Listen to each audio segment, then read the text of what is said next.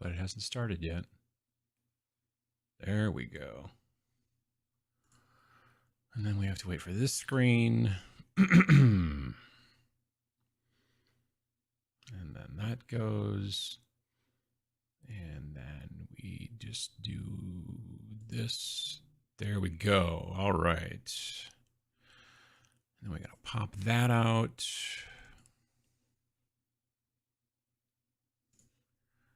All righty, folks. I think we're almost there. There we go. We got that set up. I can see the chat. You can see me, I'm hoping. Let's see here. My goodness. Hello from St. Petersburg, Uncle Adam. Happy spring coming. Well, it's been snowing most of the night. Not hard, but enough. There's a good 2-3 inches outside. Thanks for letting me know about daylight savings. That is my job. Absolutely. Glad to help. Morning from Jonesboro. Morning from Rome, New York. Not the Italian one. Very early morning from Wilsey, Australia. My goodness. Just finished varnishing my Krieg kill team. Nice. A lot more matte than I expected in that. Well, that's good. Good day from South Ontario. Good morning from Oklahoma. Junction City, Wisconsin, catching the snow while I plow this. Catching the show while I plow the snow. Nice. Quebec. Good video on Friday. Thank you. I appreciate that. Richmond, Virginia. Let's see. More Virginia. Kent, England. Quebec. Another Quebec right next to that. You get right there. Boom. Friday's video spurred me to try my Tester's Aztec again. I hate that thing.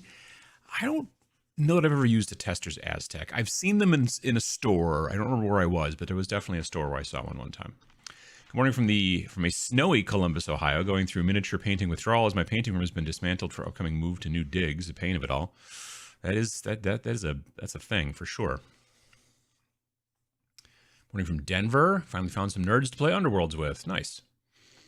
Morning from Waterloo, Iowa. Big fan of all that you do. Well, that's very nice of you to say. I appreciate that. Thank you. Clearwater, Florida. Germany. Tennessee. Markham. Currently building last few Caradon Overlords frigates. Nice. John Ashley Smith, how you doing? North Carolina. Morning, everyone from the Mitten, which is to say the lower part of Michigan. Just finishing some Lord of the Prince Raptors. Nice.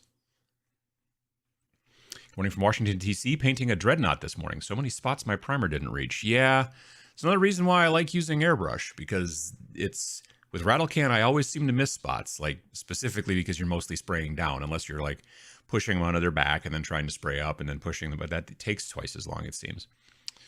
But sometimes even with Airbrush, I miss spots too. That's a good point. The haircut promised in yesterday's video. Indeed, yes. Got the haircut on Friday, so that was lovely. Morning from Winneconne. How you doing? Morning from the Rockies. Lexington, Kentucky. Getting excited for Adepticon. I am as well. Saskatchewan. You're on an hour earlier here. Yeah. I was kind of hoping we weren't going to have to do this again, but as it turned out, surprising no one, Congress wasn't able to get anything done. Huh, weird. Anyway, yeah, so maybe this is the last daylight savings, but probably not. At least here in the States. We're trying to get rid of it, I guess is the point. There was a bunch of talk, and everyone was like, all right, awesome, this last fall one, that's the last one. Well, yeah, Congress didn't get their papers done on time or whatever. Cambridgeshire. I'm probably saying that wrong, but out doing some gardening. Spring is arriving here. Again, like I said, not so much here, which is a bummer because I've got a bunch of terrain to prime, which I'll mention in a bit here. Central New York, Somerset, UK. Aztec, not so good, especially not to clean. Yeah, I haven't, if I remember correctly, it had a plastic body, didn't it? Or am I thinking of something else? Norfolk, Virginia, good morning. Outside of snowy Chicago, yeah. Visited Noble Knight last weekend. Nothing beats a big hobby shop. Nice. Noble Knight games in Wisconsin? Oh, that's cool. I've still haven't been to the new location. Southern Maryland. Morning from Ireland. I can taste nothing but Nuln Oil. I didn't realize there was so much in the brush when I cleaned it. Yeah, that's why I try. The only time I ever actually like put a brush in my mouth is to basically point the tip after I've cleaned it off. But even then, sometimes you get like more paint in your paint water than you might want. So there's that too. But I am not generally a brush licker. Let's just say that. Always nice to see the daylight savings flip. Now just need the Aussie one to do its thing. Back to midnight local time for the stream. Nice. How you doing, VJ Morph? I've seen people swear by using the Aztec airbrush. I'm not one of them, but I never have used one either. Gotcha.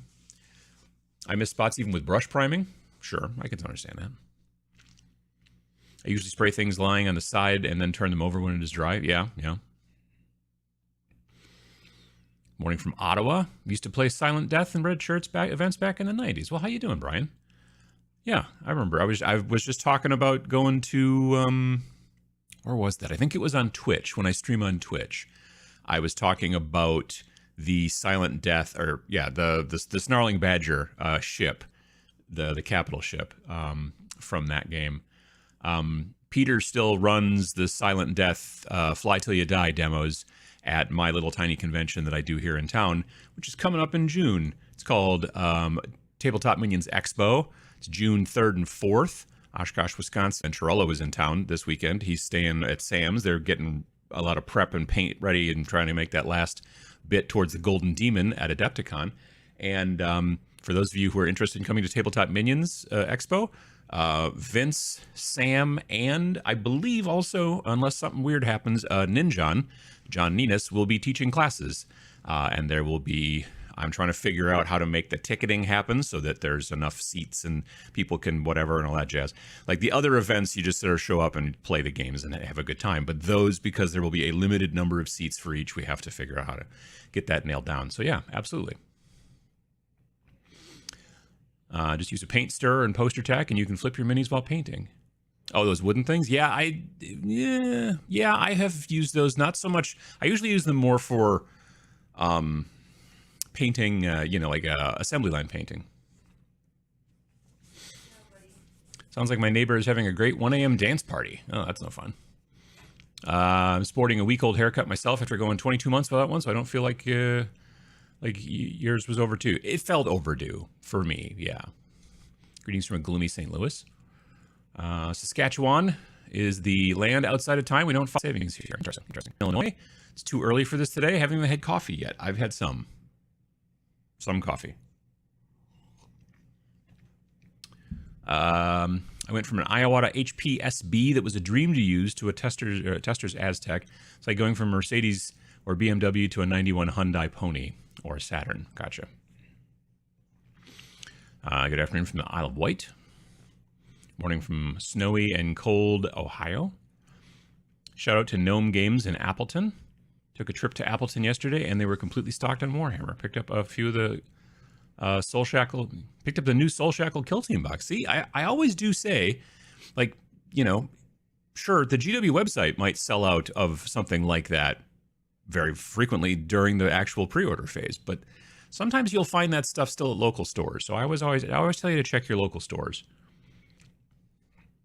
I must save for the parts I need to get my Iowata up and running again. Gotcha. Let's see here. Peter in the Silent Death demo. It's a good game, but not great to do when hungover. Many things are problematic when hungover. It's true. Working on a 3D Thunderhead Fortress board for Riot Quest, made from Foamular. I don't think I know what Foamular is. That sounds cool, though. I want to come to TMX this year and get my wet palette signed. Ooh, fancy. Good morning. Hope you're having a good Sunday. So far, so good. Keep your coffee cup and brush water cup separate. Yeah, I always used, lately for the years now, I've been using those GW, not coffee cups, but GW paint cups that are like gray plastic, and they're kind of like, they're not like straight edged. They kind of bow out a little bit so that it's harder to tip them over, I think. And they also have ridges in the bottom, so when you brush your paint across the bottom, it helps to knock the paint out of the bristles. They've got other little features too and stuff like that, but it doesn't ever generally. Plus, I also never, well, I was gonna say I never go downstairs with a coffee cup, but that's not true. I do frequently on Friday morning Twitch shows, which I can push another button right here. Boom. I stream on Twitch. on Mondays at 7 p.m. So tomorrow, 7 p.m. Central in the evening. And then on Fridays at 10 a.m. Central. And I stream for usually about 3 hours. Currently, I am working on a unit of 6 squats. Some people might call them Leagues of Votan Hearthkin, but I call them squats. And I'm working on them not for Games Workshop games or or like Warhammer or Kill Team or anything like that, but I'm working on them for, well, mainly I built the list for Space Weirdos, which is a fun indie skirmish game that I like. But I could use them for other stuff too.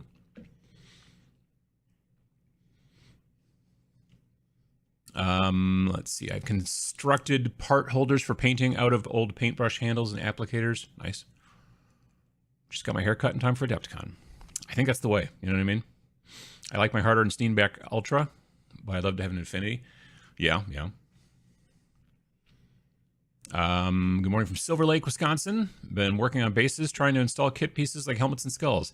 It's best to put them down when installing the glue and kitty litter and baking soda. Is it best? I find I like to do my bases and everything before I prime. So yeah, if I'm going to be putting down extra little bits like, you know, broken shields or helmets or skulls and stuff like that, I do that while I'm working on texturing the base. Sometimes you put it down directly to the plastic and then work around with the texture. Sometimes you don't if you want it to look like it's sitting on top. But if you want it to look like a shield is like sunk into the ground, like half buried in the mud, you just cut the shield in half, you know, and then like glue it to the base and then do texture around it. And it works out pretty well. Haven't been to a convention since 2019, pandemic and my own health issues. Sure. You go into a local convention in May and see how I fare. Well, that sounds great, Brian. Let's see here. Foamular is pink insulation foam boards. Oh, nice. Okay. I used to stress out when planning on using my airbrush. Watching Vince Venturella's videos has helped me immensely with that. Vince is very smart. That'll definitely help you out. I use some small Asian teacups for paint water. Never drink out of them, but I should really move my coffee cup off my paint table anyway before I knock it off. That's also probably, yeah, that's a thing. That gray cup is the best thing that GW makes. It's up there for sure. Yeah, no, that thing is spectacular. I only wish that it had some sort of surface to it that made it so that, as you know, because basically as paint water evaporates, like with regular like unsullied water, if you let it sit in a cup and evaporate, you'll get a little bit of a white line kind of where the mineral deposits and stuff like that will, you know. But with paint water, it will leave like a dark ring, and as you keep filling it up and whatever, like, so you can never keep the paint water thingy in the middle in there clean, really, in my opinion. So if they could make it out of some sort of material that wouldn't let paint stick to it, that would make them a lot more expensive, I'll bet. So good news on GW recycling sprues in store in the UK. I mean, it's about time, but still cool. Yeah. I heard about that article a bunch online, but I haven't read it, so I don't know what the deal is in the States. I've been using a lot of sprue for, well, not a lot. I've been using sprue for terrain sometimes, working on pieces of terrain and things like that. I like it for that here and there, and of course, a little bit of it gets used for sprue goo. Let's see. Got my first box set of terrain all primed up. Was wondering about your thoughts on craft paint for painting terrain, and if you largely do dry brush work with base coats as well. Craft paint is fine for terrain in most situations. I've used it a bunch on pieces for that. Yeah, I don't have any problem with. I mean, I know there are some folks out there that like to use craft paint for painting miniatures, and that's a choice. I mean, I'm not going to tell them not to. But the pigments are generally are a lot larger than the pigments that are in miniature paints. So it's not necessarily as great for painting miniatures. But for terrain, yeah, no, I don't have a problem with using that stuff. That stuff generally works pretty well. Looking sharp with your ears lowered. Thank you very much. Finished 3 bugbears yesterday. I can't get over my new love for contrast paint. It sure makes life better. On certain things, yeah, it certainly does. Yeah. I mean, I still use it a ton. I use it a lot for, like I said, because I have a tendency to prime something first with some sort of zenithal, whether it's a black to white, or sorry, white to black, like zenithal prime, or even sometimes if it's just like a, what I like to call a zenithal highlight, which is like, instead of going white to black, you're going like maybe red to black, or red to dark brown, or red to purple, or, you know, whatever color. If you're painting a, you know, a Caucasian barbarian who's mostly got no clothes on, because that's how barbarians seem to work, then you're going to go with like, you know, like a Caucasian kind of pale flesh down to maybe like a slightly darker color or something like that. But you're doing that fade with your airbrush in the initial process before you even start touching it with a regular brush, and then kind of go from there. Going to be in Madison, Wisconsin, first week of April for work, mostly in downtown. Anywhere I should check out? Is there a good FLGS there? There used to be a game store called Pegasus Games that was around for years and years and years. And then the woman who owned it retired, but I don't know if somebody bought it or not. There are some other game stores, I think, in Madison, and there's a GW store in Fitchburg, which is just outside Madison, I believe. But yeah, I'm pretty sure there are. It is a bummer. I do wish that we still had the Game 4 app, because it was really easy to find that stuff. But you know, there's a Comic-Con in QEW in Toronto this upcoming weekend, but I doubt if I'll go. My daughter is going with a couple of her friends. I don't think I've ever been to a Comic-Con. I always want to, but Teflon paint washing pot. I mean, maybe. Airbrush are nice, but living in a small apartment, I have to go outside to use it. I mean, you can get, or even make, if you're interested in going down that road, saving some money, you can make yourself a nice hood that will... The issue with using, because I use my airbrush in a relatively small room, but it's a small room down in the basement. And I used to not have any kind of a hood, so over time you would get paint dust kind of around the room, and you'd have to kind of try to wipe it up and stuff like that, especially on flat surfaces. You know, it would land and float around, which is why you want to wear a mask, because otherwise the paint particles will float around and you'll inhale them, and then you don't want paint in your lungs. But now that I have one of those little hoods, and you can get them for like $100 on Amazon, maybe 120 if you want like fancy LED lights inside and stuff like that. But you can also make one out of like literally a cardboard box, a furnace filter. The filter in the back of my hood basically looks like a small furnace filter, and then some sort of box fan or something like that. There's lots of people online who've made their own hoods. That way it traps the stuff. It traps all of the particulate, the extra paint that would be floating around in the air, so it doesn't get all over your apartment. And the nice thing about the ones from Amazon is that they are portable. Like, they have a handle, they fold up, and then they are like the size of like maybe a briefcase, or even a small briefcase, and then you can unfold them, spray, and then when you're done, fold it back up again and put it someplace like in a closet or whatever. So honestly, even with a small space, they can work real well, and they don't have to be vented out the window. If you are doing something with fumes, like you're using lacquer, or if you're using like even a rattle can, you can technically use a rattle can in one of those spray things, but then you do want the fan to be blowing it out the window, because the fumes from the propellant are what makes the smell. When you are using your airbrush, you're not concerned about fumes, because there are no fumes. That's compressing air. That's what an air compressor does. It compresses air from in the room and then blows it through there. So it's just room air that you're blowing out of your airbrush. But you're concerned about the paint particulate floating around in the air and landing on stuff and making a bunch of dusty mess over time. But generally, no. Otherwise, you're fine. You can I don't have mine vented outside, and I have it. The exhaust that comes out the back of the hood blows directly onto a white wall, and it's maybe this far away from the wall. And so I expected over time, eventually I would start to see like a gray circle where the paint was coming through that wasn't getting caught in the filter and then blowing out and hitting and I haven't seen anything yet. I just looked again recently. I was down there last week priming something, and I looked back there and like, there's still nothing on the wall. So the filter's doing its job, grabbing the paint. So yeah, that's a thing you can definitely do. No game stores in downtown Madison. No, I mean, Pegasus used to be downtown, like on State Street, but years ago it moved kind of you know, out in near closer to the highway. That's where it used to be, but I don't know where it is now. But yeah, downtown Madison, no, there's not anything like that. It's all the Gap and stuff like that. Morning from Arkansas. I just started working on my Chaos Dreadhold. Looking forward to what I can learn from today's show, as this is going to be a massive project. Nice. Yeah, I've got a bunch of terrain that is in progress and needs to be primed. And as I mentioned in Friday's video, I generally prefer to prime terrain with a rattle can, a spray can, and not with my airbrush. Miniatures, all day long. Airbrush, absolutely. Middle of winter, rainstorm, tornado. I mean, I guess technically in a tornado, you're going to be in the basement. And so, I could be doing some airbrushing.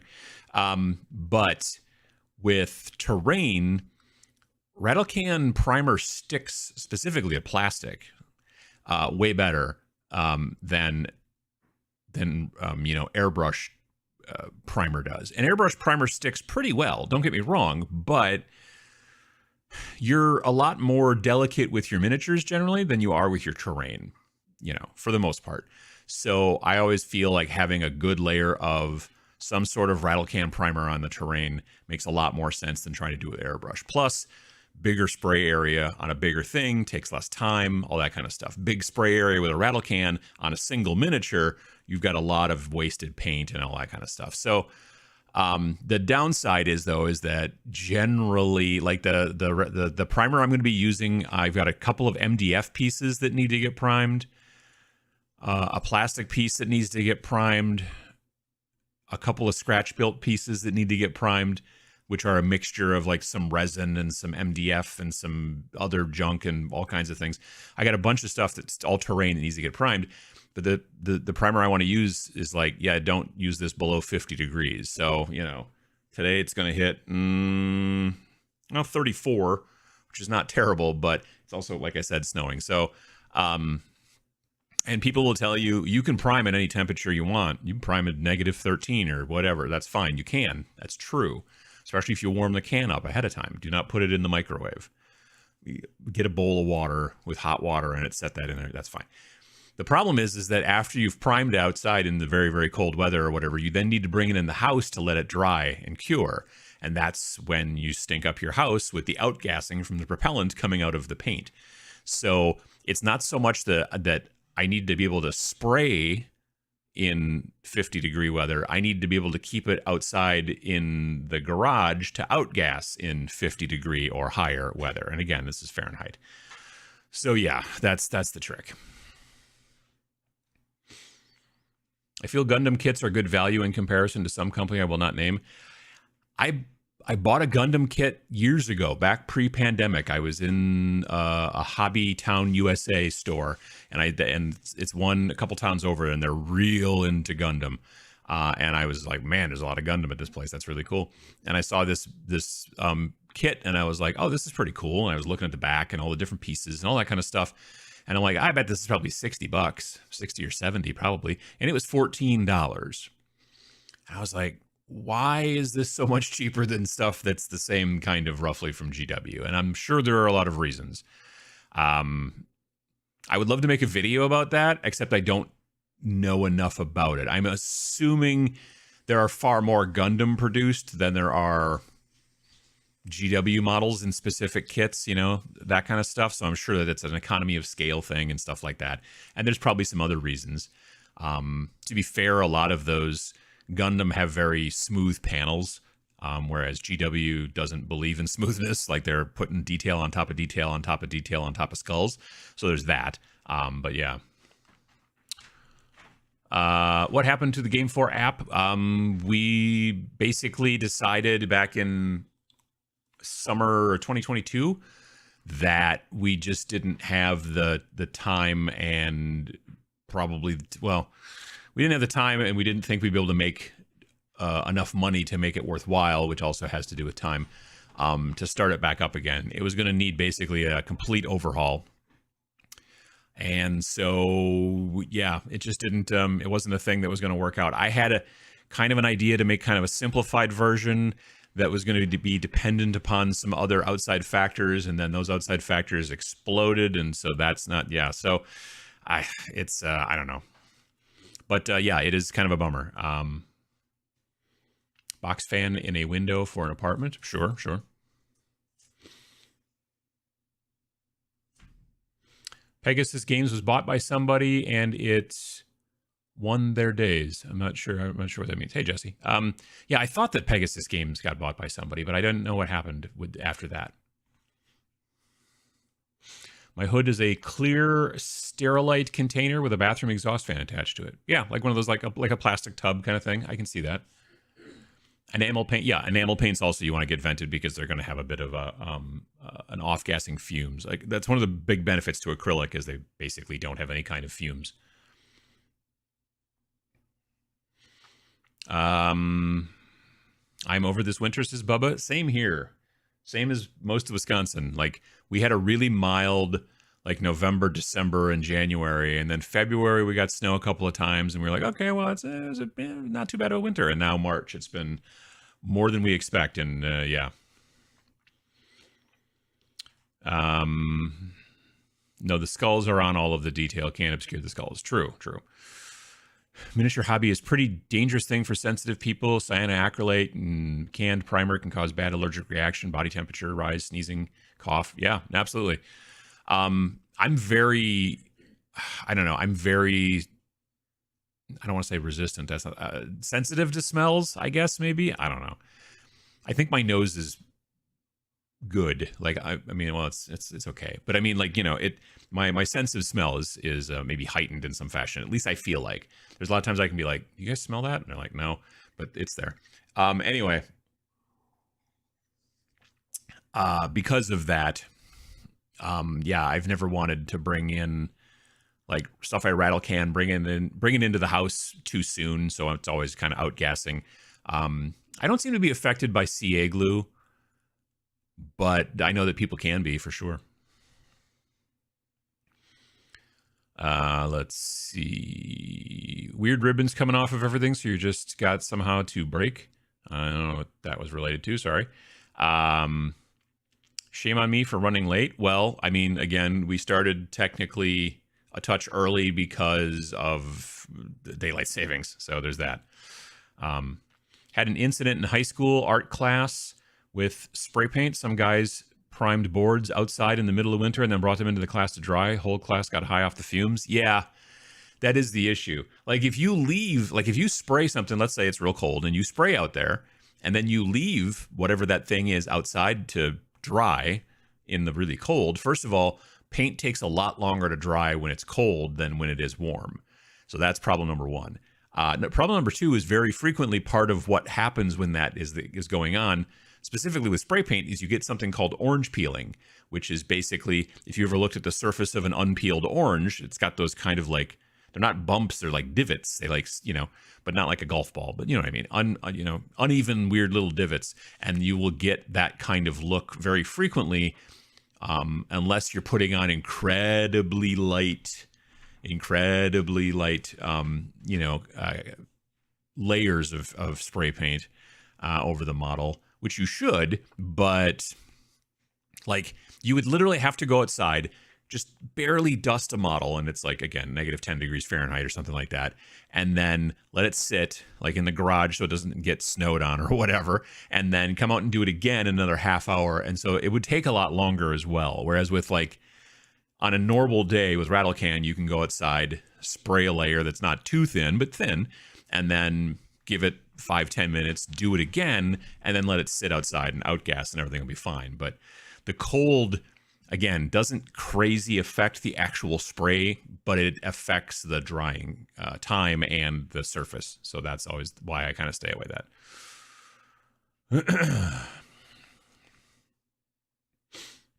You should smoke more. Your nose will get tougher. I suggest Winston's. I did smoke. I smoked from when I was about 20 till I was about 30. So it's been a while. I was never a like hardcore smoker, like pack a day or anything like that. I was a social smoker. I would smoke when I went out to bars. It was usually like maybe a pack a week. But that was about it. Yeah, but I did that for basically about 10 years. And then when I turned 30, like literally on my birthday, I think I smoked my last cigarette. And then it had stopped. I don't know. I wasn't enjoying it anymore. So it was honestly not difficult for me to stop. But I know for a lot of folks, it's really hard. It was really hard for my mom to stop smoking and stuff like that. So I feel lucky that I didn't have a hard time with it. But yeah, I haven't done it in a long time. March came in but like a lion this year, and by that metric should go out like a lamb. Well, I hope that is the case, because I would really like it not to be snowing like this for Adepticon. I mean, Adepticon's indoors, don't get me wrong, but still, even just driving to Adepticon, I got like a 2.5 hour drive. It's, you know, when it's snowing on the highway, that's no fun.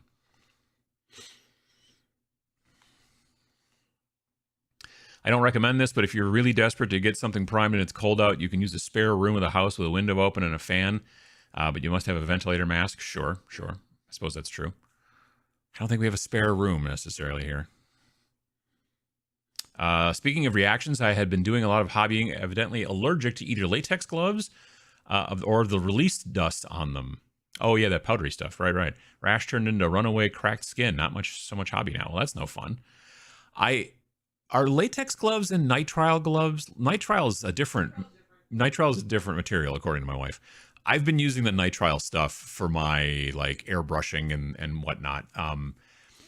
I generally like to use, like, you know, the hand that you're using to hold on to the model or onto the handle that's attached to the model. I will wear a glove there, and then, you know, but Vince, like, I watch Vince paint sometimes, you know, and he's almost always wearing a glove on the hand that's holding the miniature, whether he's airbrushing or not, you know, just because sometimes, especially if you're getting to display paint, you don't want to get finger oils onto the miniature because it will change the paint surface and stuff, like where your fingers touched. Who else do Zambies on Twitch. She generally paints with a glove on both hands. So, you know, again, it's, but again, there's a lot of people out there with latex allergies. So yeah, I would suppose the nitrile gloves are probably the way to do it. I'm a hardcore smoker since age 15, sometimes 3 packs a day. Oh, goodness. Yeah, especially nowadays. They're real expensive, the smokes. I decided to look up Lego set prices and see how they compare to GW, and it's interesting. Sometimes they're much cheaper than GW. Sometimes they make GW look cheap. Yeah, I got a friend who's real into Legos, and like you get into like, oh, I want a pirate ship and stuff like that, and then yeah, they're not cheap. Or the Millennium Falcon, yeah, again, not cheap. Yeah, I'm glad you're able to kick the habit. Yeah, me too. I use Army Painter primer, and I have issues sometimes with it being too smooth and the first layer of brush not sticking to it. Any ideas? I've never used. Well, I take that back. With Rattlecan, I have used Army Painter primer a couple of times. I've never had that problem, but I haven't used it that much. Generally, if I'm going to use Rattlecan, the primers that I use these days are either Krylon or Rust-Oleum camouflage. They both have their own line of camouflage paints, which it would be really cool if it was camouflage. You just sprayed on one can and then it had all the different swirly colors and all that stuff or whatever, or digital. That'd be super cool, but that's not how it works. Instead, they make 6 colors. So it's black, dark brown, 2 different shades of like olive, like a dark olive and a light olive, and then 2 different shades of like tan or sand, again, dark and light. Both of those paint brands are designed specifically to stick to plastic. They're also very matte finish, so you don't have that kind of glossiness that makes it so that paint is kind of beads up on it or anything like that. I use those a lot. So if you look at like these things here, these were done with either the Rust-Oleum or the Krylon. I can't remember, but the dark brown color from that camouflage line, and they make great. They work great as that stuff. The other type of spray can that I like to use when I'm using Rattlecan, there's 2 other kinds. There's any kind of, although it's best if it's Duplicolor. I think Duplicolor is my favorite, but Duplicolor Sandable Auto Primer or Automotive Primer, Sandable Automotive Primer. That's a great primer. That's what I used to use on my miniatures back before I got an airbrush. And you can usually get that from an auto parts store for pretty cheap, but Sandable Automotive Primer. It doesn't come in a ton of colors. Like, you're going to get black. You're maybe going to get gray. You're maybe once in a while going to get red oxide, which is like kind of a dark red. But maybe white, but that's about it. Not any cool colors. Um, oh, and then the last one is the one that I'm using a lot now in terrain as well, and also specifically MDF. And it is actually an enamel spray primer made by Rust-Oleum. It was in the video on Friday. It comes in a big silver can, and Austin and Joe from Death Ray Designs, who make obviously a ton of MDF terrain, they were like, this is the stuff that you use on MDF. Like they were like, this, we've tested all kinds of different things, and this is what we use here in the studio. So yeah, it's an enamel primer, and it seals the MDF very quickly. So that's very cool. Watching Vince's videos, it looks like he uses the glove as a palette. A lot of painters do that, where they will test or they'll point they'll use it on their thumb. So you're holding the model and you're just about to put it on the model, and you'll just maybe get a little bit extra paint off on your thumb. And that's the thing, is that he's doing it on his glove, but I will see people all the time who paint and their thumb is covered in stripes of color and stuff like that, and then they have to wash it all off, which is fine. Yeah, so anyway, I don't know. It's I like wearing glove for airbrushing, but when I'm doing my normal painting, I generally don't. I also like to use my thumbnail sometimes to test glazes, to see if it's as transparent as I think it is. Because sometimes you'll think that you've got a very transparent glaze on the end of your brush, and then you go to put it on the model, and you're like, whoops. Yeah, so. Ever been to Spring Green? Oh, yeah, Spring Green, Wisconsin? Yeah, no, we went there, our honeymoon. We went and stayed at the House on the Rock Resort, and went through the House on the Rock and everything like that, and everything like that. Spring Green's nice. My in-laws go there a lot there's a American Players Theater, which is like an outdoor amphitheater thing, and they go to that a lot. I've been battling with trying to get a decent black armor paint job. Can't seem to pin down a technique that I like that doesn't involve 25 colors and 47 steps. My simple black armor is this. I prime black, and then I either use a big fluffy makeup brush, like a big cheap fluffy makeup brush, and then I use a very dark gray, frequently a color like basalt gray from Vallejo is actually, I think, a little too light.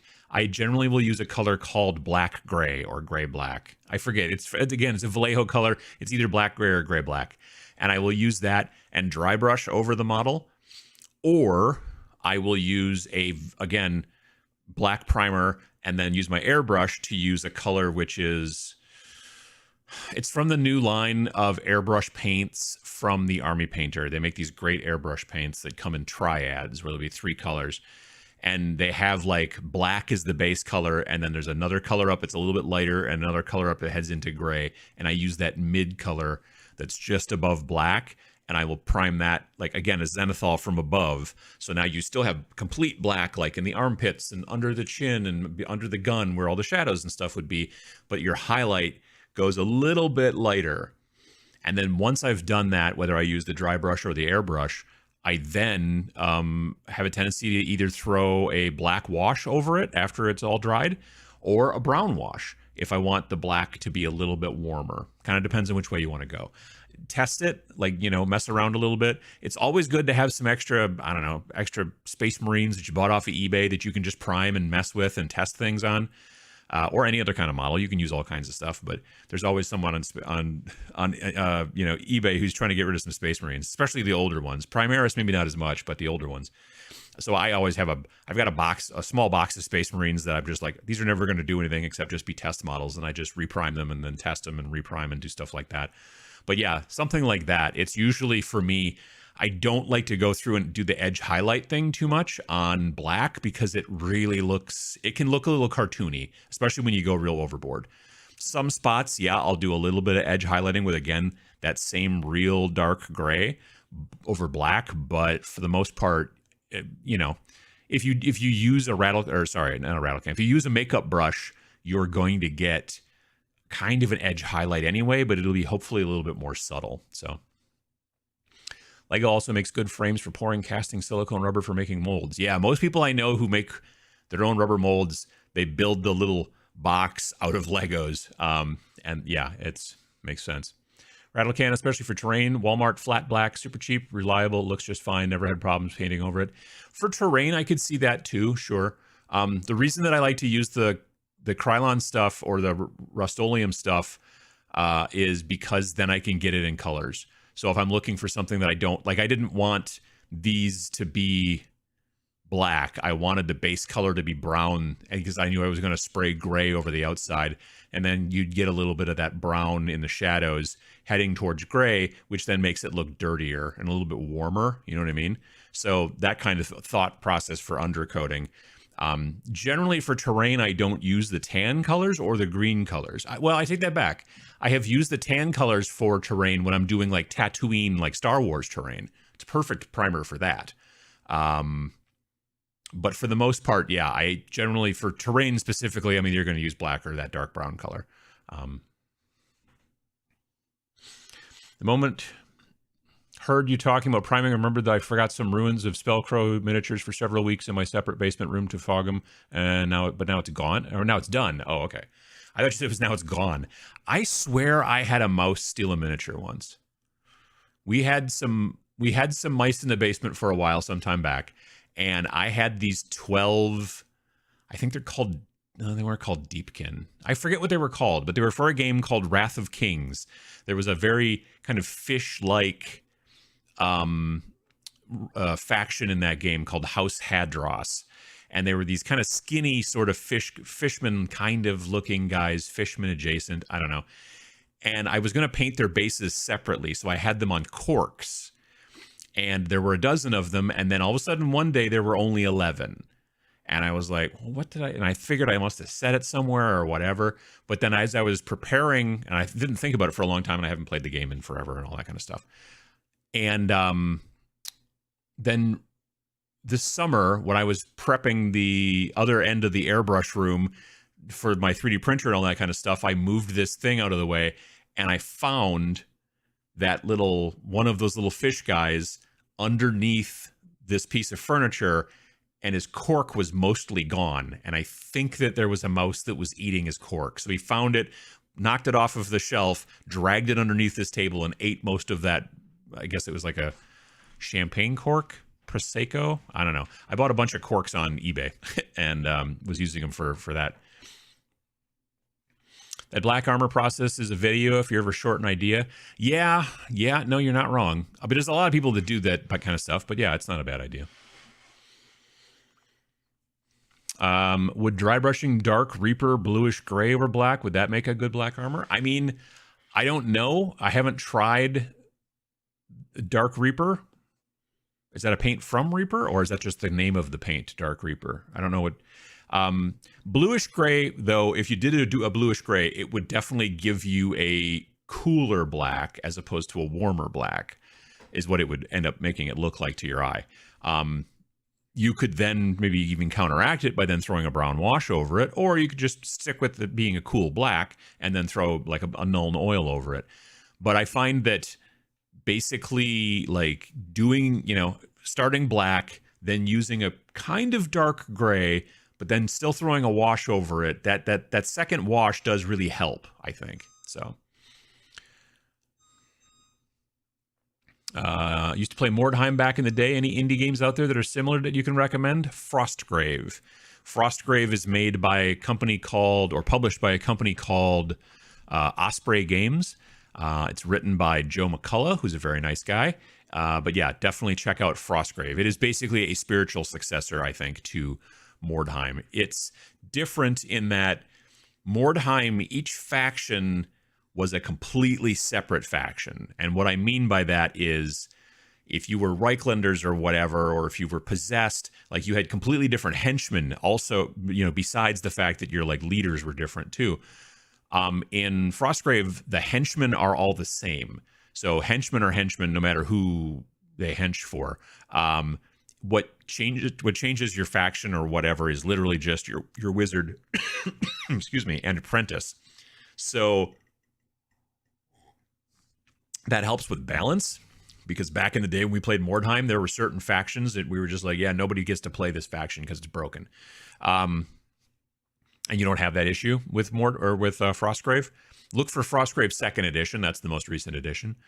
What else? But the other benefit too is if you decide you want to change up your play style a bit, all you have to do is swap out a different wizard and apprentice. You don't have to go through and make all new hench folks. You know what I mean? You can make like a stable of hench people and then just swap them around and whatever. There's stuff like thugs and Templars and archers and all kinds of different like things, but there's a list of hench people, and then you use those, and then you have your wizard and your apprentice, and then your wizard and apprentice could be using necromancy, or they could be using elementalism, or they could be using like it's more about what kind of magic that they use. So yeah, it's a good game. It's really good. A mouse once ate the rubber off my mouse wheel. Well, it probably tasted like it probably had like a bit of a finger oil and a bit of maybe even a little bit of salt on there from our skin. Corks in a blender make great terrain. The metal tops make good shields, and the thick foil makes good cloth. Wire cage is a good armature base too. Yeah, I don't drink nearly as much champagne as I used to, which is to say I barely drink it at all. I used to drink it on New Year's, and that was it. Sometimes too much. Yeah, otherwise during the regular like rest of the year, you don't hit. But I think what happens is that people, specifically if you work like at a restaurant or something like that, I think that's where that came, because this was literally 50, this thing I got on eBay, it was like for crafts, but it was 50 identical Prosecco corks, and I'm like, nobody drinks that much Prosecco like at home, you know what I mean? So it's probably somebody who works at a fancy hotel, and then every time they have to open a bottle, they throw it into a thing, and then they take those things home because it's basically garbage or whatever, and that's fine. Friend brought me a couple bottles of Turbo Dork paint, a red and a blue. We tried out the red one. It was oddly chunky and went on his light purplish color. How hard is Turbo Dork to use? Turbo Dork, it is very important to pay attention to what it says on the bottle for what the undercolor should be. If you take a color that's supposed to be over black and you put it over white, it will look totally different. So it will say on every bottle of Turbo Dork paint what the undercoat should be. Usually it's either black or white. They have a couple of colors that you can use black or white, and it will change the tone. Or if you want to get real fancy, you do a zenithal and then you spray that stuff over the top of it, and it does this really cool color change. But it kind of depends. Yeah, I've never had it be chunky before. I've always had really good luck with it, but it could have been old. I know they had to change their formulation about a year ago because their earliest formulations had issues if they got frozen, like in shipping. You know what I mean? Like you sent through the mail or whatever, it sits out on your front porch and it's cold. If it gets frozen, it could be problematic. But the newer Turbo Dork stuff, they've gone through and reformulated their entire line so that it doesn't do that, I guess. So yeah, but the undercolor with Turbo Dorks, because Turbo Dorks are very actually transparent paints. Just the way that there's so much metallic in them that they're very transparent. Because there's not as much pigment, it's mostly metallic, from what I understand, which is not actual metal, but you know what I mean. Yeah, so the undercolor is very, very important. I work in a wine warehouse. Well, then you should have lots of corks, I would think so. Duncan Rhodes employs fewer people and it has lower tech equipment from what I gleaned from both videos. I don't think I caught the first part of that. Sorry. Watching the Goobertown video, Army Painter compared to the MS Paints video at Duncan Rhodes Paints is pretty interesting. Oh, I see what you're... Okay, that's where it's coming from. Yeah, I haven't watched either of those.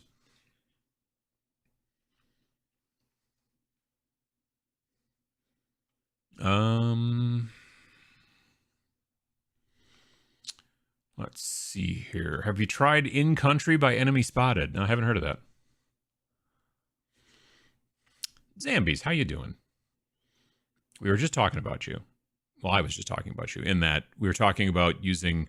Someone got a rash from using latex gloves, and then we started talking about nitrile gloves, and then we talked about how I usually wear one when I'm airbrushing. Vince wears one all the time when he's painting, generally, to hold the... I've noticed on Twitch, you're usually wearing one on both hands, which is probably the best way to keep oils off of your fancy paint jobs. Modern Necromunda is more like old Mordheim than Frostgrave. I'd say Frostgrave is great, but a lot less brutal and roleplay-like. I mean, it's sure, it's certainly less brutal. That is true.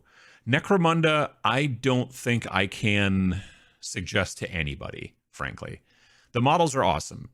I love the concepts, the world, whatever, the lore. That's great. The number of books you need to figure out even how to play in that game at this point it's broken. Like, they really need to, like, that game came out in 2017, and I'm not one of those that's like, oh, we need a new version all the time, like that every 3-year thing that GW does with most of their games. Necromunda, they haven't made a new version since 2017, which at this point is 6 years, which is surprising for Games Workshop, I'm not going to lie. That being said, it does need a new version because it's very difficult to get all the things you need together to be able to play a game. Like, it's not an easy game to get into. So that's an issue. Pair of mice ate nearly all the rubber and plastic tubing underneath our 1-year-old dishwasher. Well, that's no fun. You underestimate Prosecco lovers. I mean, I do, probably. You're not wrong. I love the wife chipping in, finishing your sentences and thoughts. I mean, we've been together for a while. It makes sense. We have a local winery, and they sell bags of corks for a few bucks. That makes sense. I could see a winery doing that for sure. A cousin and her daughter worked for a while at a local winery. They'd saved several bags of corks thinking of making something, which they didn't, so I got them. They make cool stacked stone pillars. Yeah, I mean, there's a lot of folks out there that do crafts with corks. I mean, and outside of, wargaming miniatures and stuff like that. And I think that's why, because I forget who it was. Somebody was just like, oh, if you want to get corks, just go on eBay. I'm like, why would people sell corks on eBay? But, oh, people certainly sell corks on eBay. So there you go.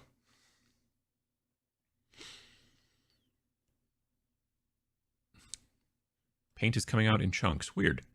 There's an amazing 900-page fan PDF that has everything you need for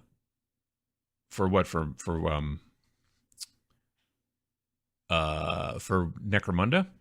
900 pages sounds about right.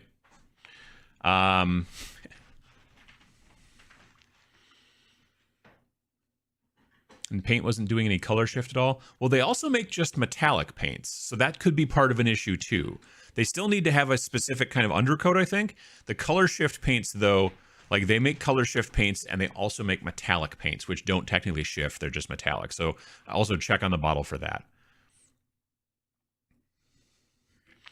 Funny story, my nitrile gloves saved my hand from stupidly catching on a hot oven pan.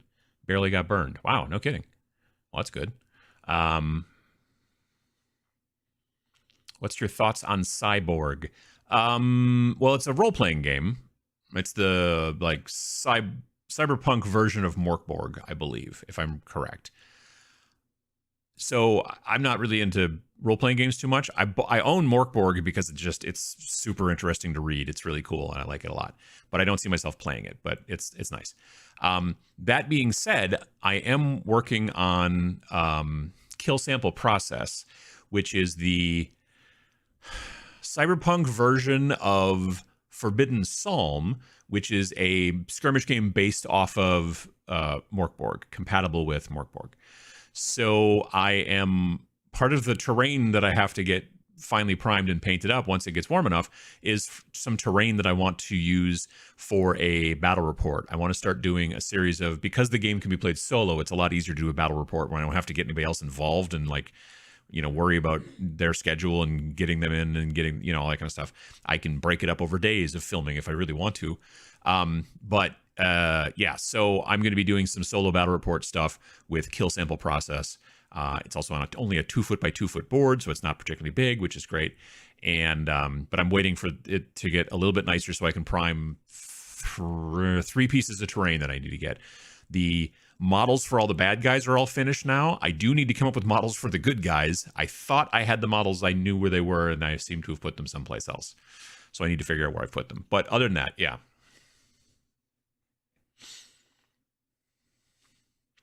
I used to service electric organs professionally that often get rats inside eating the tremolo and the wires to the tremolo. Oh, wow. Good morning from Pittsburgh. Hope the day's treating everyone well, sitting between trips at work. Nice.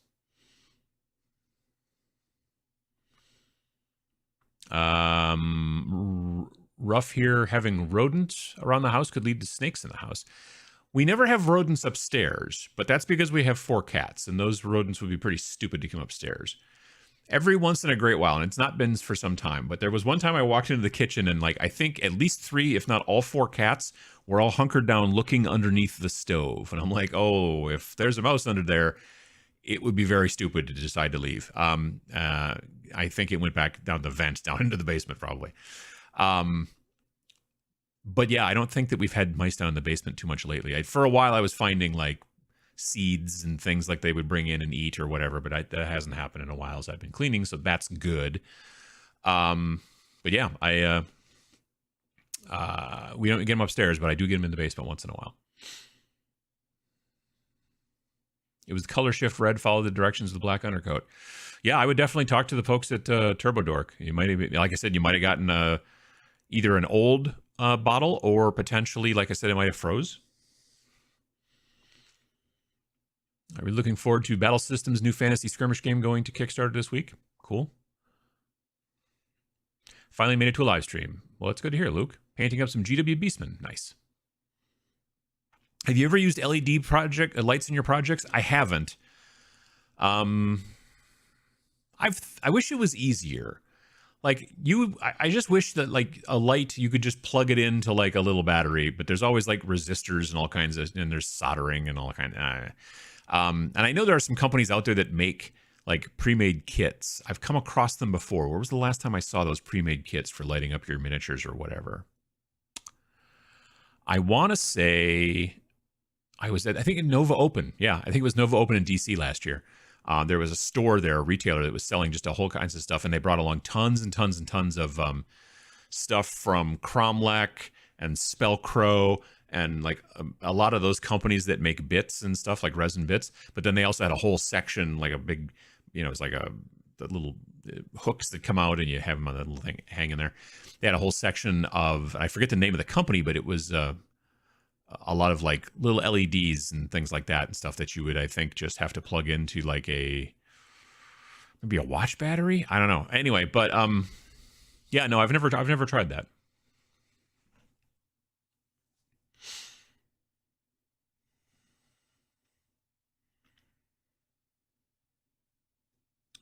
Let's see here. I used to get my worst burns from oil splashes under cold water and then into ice. Sure, yeah. JP Got Rockets, how you doing?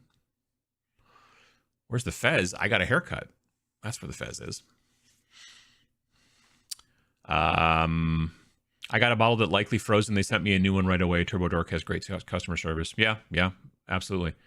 They're nice folks too. Last time I saw them in person was about a year ago at the GAMA, the Game Manufacturers Association trade show in Reno. I think they're going to be at Adepticon. I think. I'm not 100% sure. They're in Texas now? I think they're in Austin. They used to be in LA. Fat Dragon Games makes it super easy to add LEDs to their terrain. I love doing it. Oh, like the 3D print stuff? Like the dungeons and whatnot? Yeah, I've seen companies do that too. Dwarven Forge has some of that too. Look at train kits for lighting stuff. I have used batteries. Nice.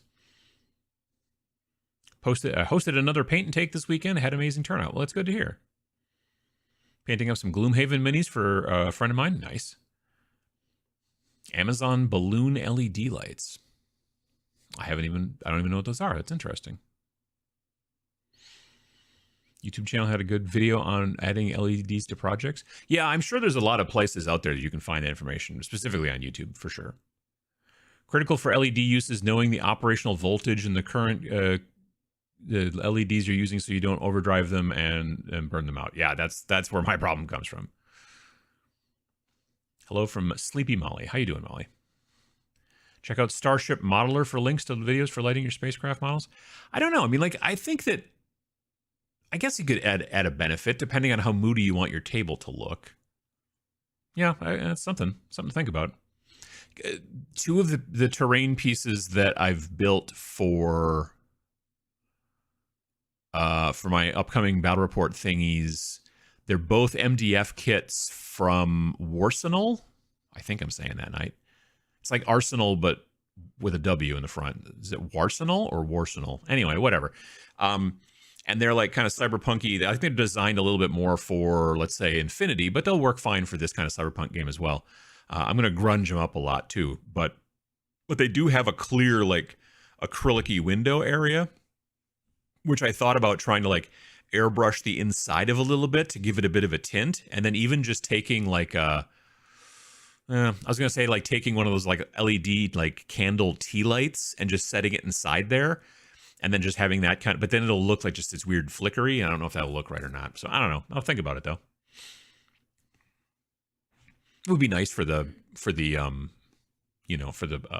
battle report to have maybe some lighting going on. I hadn't thought about that. Was wondering if folks could help me find something. I saw a set of house cat 3D prints about a year ago, but I can't find them or remember via what video I got the link from. They're 3D prints of house cats. You might look on myminifactory.com and look for cats there too. Like they probably have the STL files possibly there. Posted a picture of some of my LED terrain in the Tabletop Minions Discord a while back. Nice. I think I remember that. Got to try my Marvel Crisis Protocol and Moonstone yesterday. Very hyped for Moonstone. Nice. I got a friend down in the Milwaukee area, Chris, and he has been posting things the last couple of days on Facebook. And he's getting excited for, I think he's been playing a bunch of Moonstone at Adepticon. So he has a bunch of different Moonstone models, and they're really cool looking. Do you have any advice for someone thinking about starting a YouTube channel about miniature painting?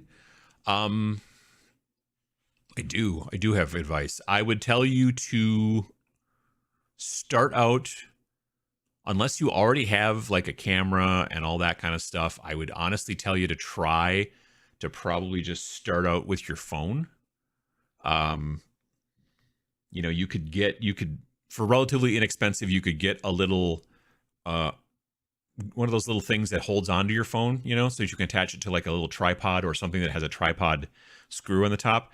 And then you could set it up so that it films and that kind of stuff. And it would be relatively close enough to your face that you wouldn't even need a microphone, but you could start that way with just your phone. And then that way you can start, and then you take that footage and then either edit it and put it on, you know, on your computer and then upload it. Or to be fair, there's editing programs even on your phone that you can get. There's a great one called LumaFusion, LUMA Fusion, I think, Luma. Anyway, it's like $15 and it's very, very good. So if you don't have that type of stuff, you know, ready to go, then, you know, you'd be set up.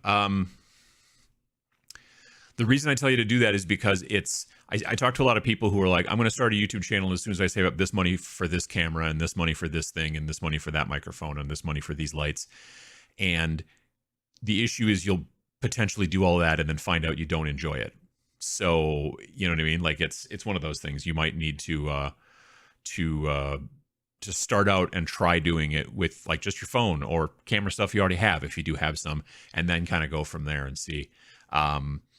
The other thing is to probably think about trying to do it pretty consistently. Like give yourself, like when I first started, I would do a video and then a month would go by and then I would be like, oh, I should do a video.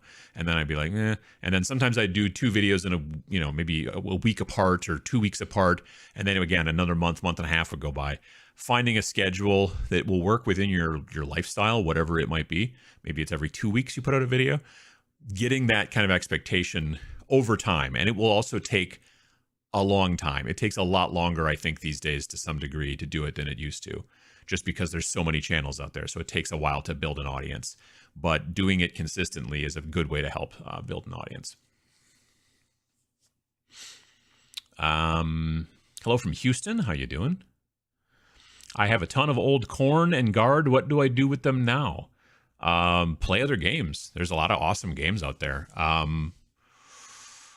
Let's see. So the guy who makes Space Weirdos, Garsky Games, Casey his name is, he's, I think, has released or is about to release his new game, which is called Sword Weirdos, which is fantasy. So you could use your corn guys in there potentially if you wanted to, either as bad guys or good guys, depending on how you're doing it.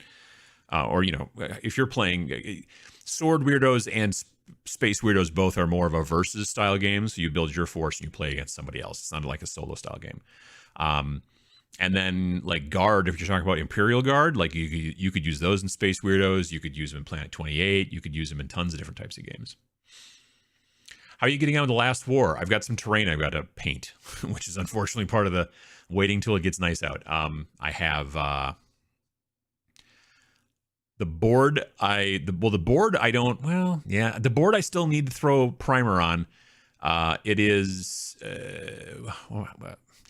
basically I'm putting Mod Podge over the top of it because it's that pink insulation foam stuff, and obviously you don't want a rattlecan pink insulation foam because it will it'll melt, right? So there's that.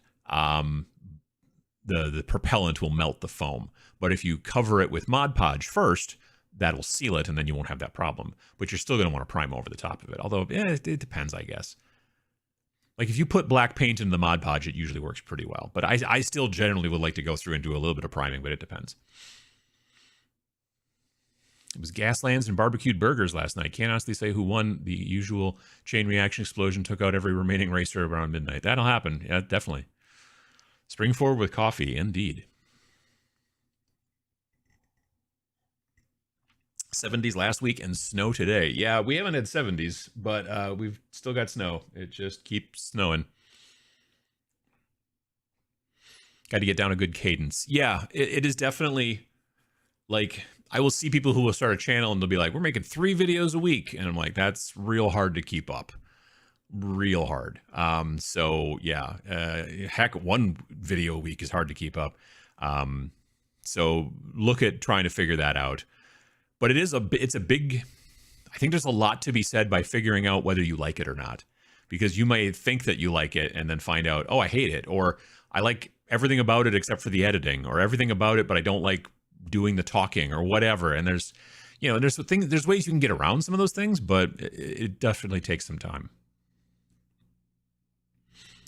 Let's see here. Morning from Ontario, Canada. How you doing? Blackside Studio has a pack of cats. Oh, models?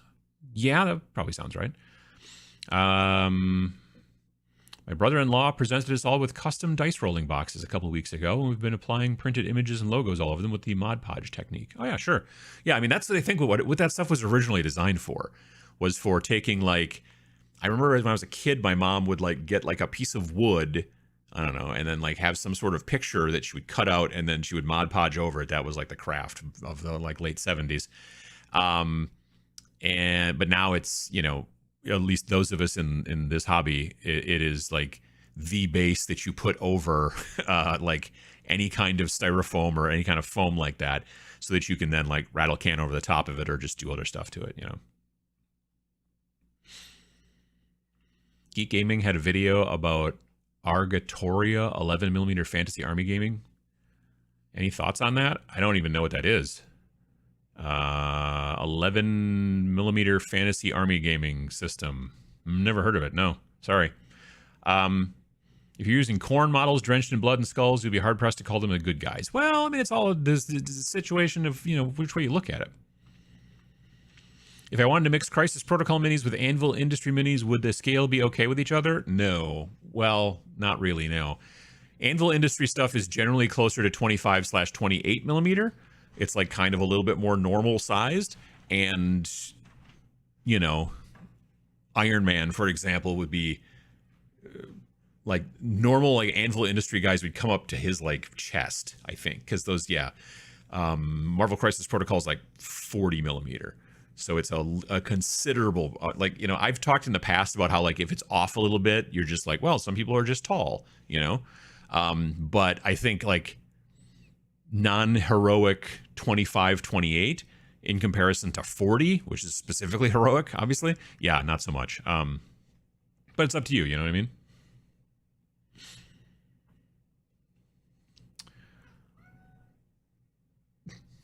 Somebody just did a little singing.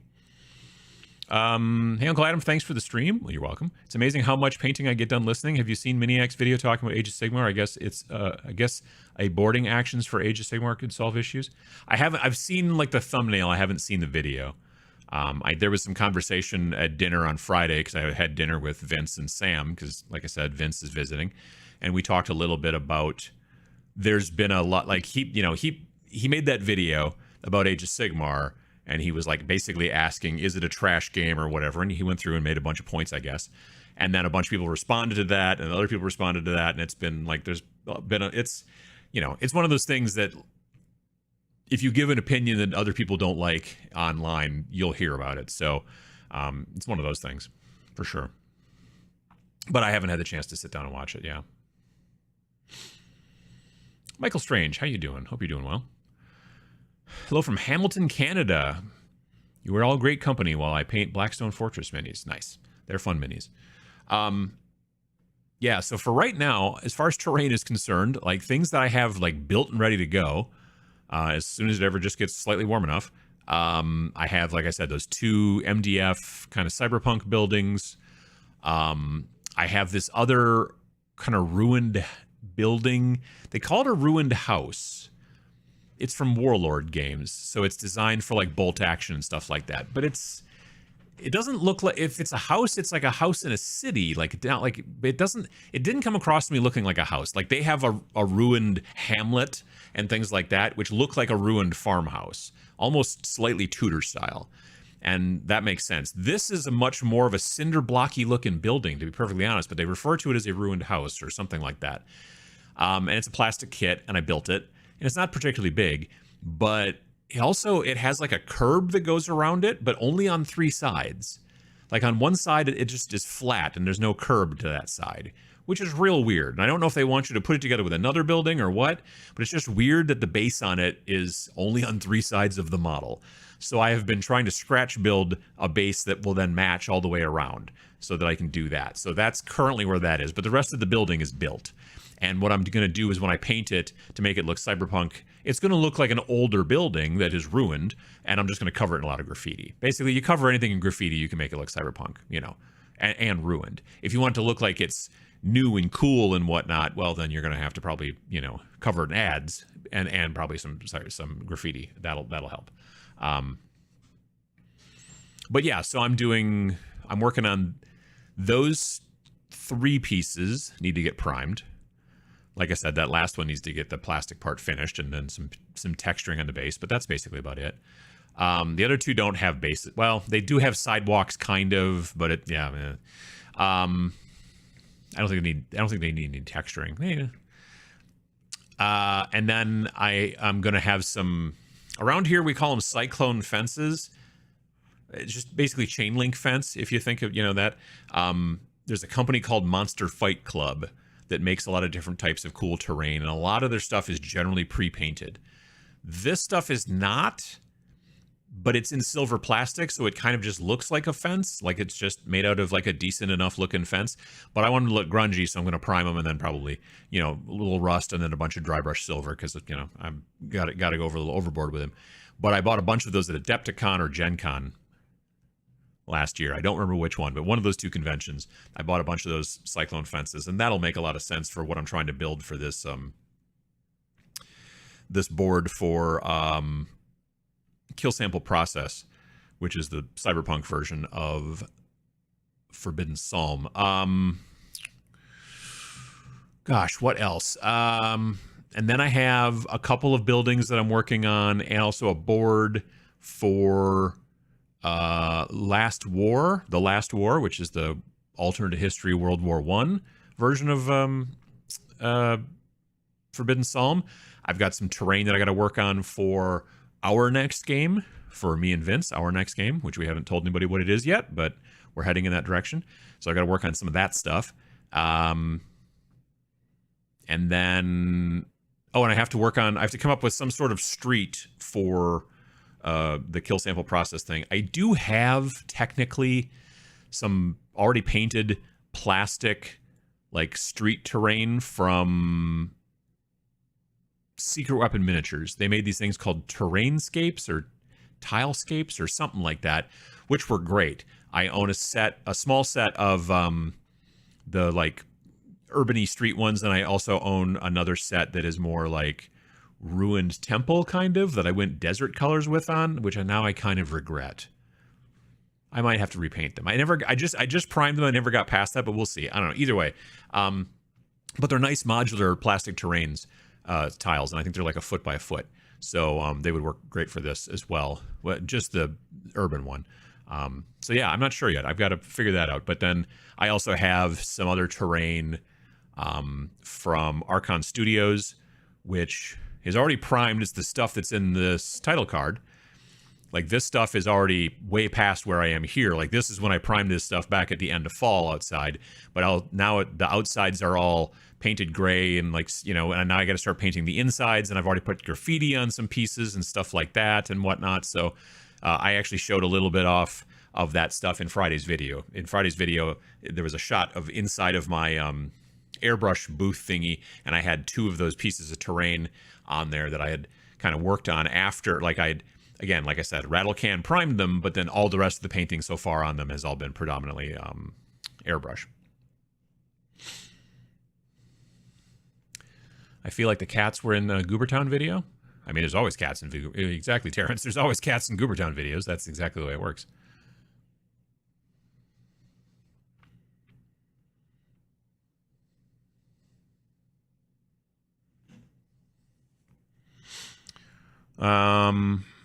I appreciate your genuine consideration for questions that come in. The advice you give is honest. Starting a podcast thoughts were spot on. I hope that the person follows that advice. Well, thank you, Barbara. I appreciate that. Yeah, I mean, I feel like it just, you know, I've been doing it long enough recently, 10 years, that, and I've done classes in the past about how to, I haven't done it in a while, and I'm thinking about for next year's like convention circuit, the ones that I go to, at least, I'm trying to do some classes again, teaching people about, like, I might just do one class about YouTube this year at Nova Open, which is in Washington DC, and it's in late August. Yes, very late August. It goes from like late August into early September, like that weekend or whatever. Vince and I are going to be teaching a class, and it's going to be about content creation and game design. We just do a lot of talking and then a lot of answering questions and stuff like that. We did it last year at Nova, and it went well. So we're going to do that again this year. But 2024, I'm going to try to do some stuff at Adepticon again. And I've been thinking about teaching some classes. Like, I kind of want to teach a class about like kind of how to get into YouTube or content creation in general. And maybe that's a me and Vince class again. I don't know. We'll see. But I also want to do probably a couple of classes about photography, just because I know there's a lot of people out there who want to take pictures and miniatures but don't understand how to. So I would probably do one class that would be aimed more towards using, you know, how to do it with your smartphone, and like stuff around the house, like lamps and this and that, and I have to light it and everything. And then I would probably do a slightly more advanced class that would be more about like normal cameras and stuff that have, like, you know, like aperture and shutter speed and ISO and all those kind of different types of settings, which honestly, you can set a lot of that stuff on your camera in your phone as well in most situations, especially if you use the right app. But it's still like, you know, like I see streamers that are like, that I look at it and I'm like, I know they're using a nice camera, but I think they have their shutter speed set too low, and that's why things look kind of blurry and swimmy when they move their hands or whatever. And so just a class that would be helpful in that kind of stuff, or some other things, I think would be useful as well. As soon as the snow melts here, I've got some FDM terrain I want to paint for Frostgrave. Oh, I've got a piece of FDM terrain I got a prime as well. It's a sci-fi stuff though, yeah. I typically use Rust-Oleum 2X flat primer. Hopefully we'll be able to fill in the layer lines with 3D printed FDM stuff. So for people who don't know, FDM, I don't know what that stands for. The F, I think, is for filament. Or for fun. Probably not. I don't know. Anyway, but there's 2 different types of 3D printing. There's the type with the big spool of plastic, and then you see the head that like draws every layer. And then there's the resin stuff, which you have a bottle of goop, which you pour into a thing, and then this plate goes up and down a bunch of times, and eventually a piece of cool model or miniature, whatever, comes out upside down and drippings with goo. And then you have to wash it and cure it and all that stuff. But those are the two types. Generally terrain, especially bigger pieces of terrain, it makes more sense to do an FDM with the filament thing. But then you do sometimes get more of those striation lines with FDM. And so sometimes using a thicker rattlecan, depending on what you're trying to do with your model, specifically terrain, a 2X primer is basically, it's a spray that's supposed to be like a thicker primer that's supposed to help seal the thing. I don't know. Anyway, that stuff can sometimes help to get rid of some of those lines. The other thing that gets rid of those lines is having more organic shapes, I've found. If you have like a cool like fantasy building that's been 3D printed in that fashion and it has lots of cobblestones and bumps, if you just sand the flat faces a little bit, you don't notice it as much in between the cobblestones and everything, that there's little striation lines and stuff.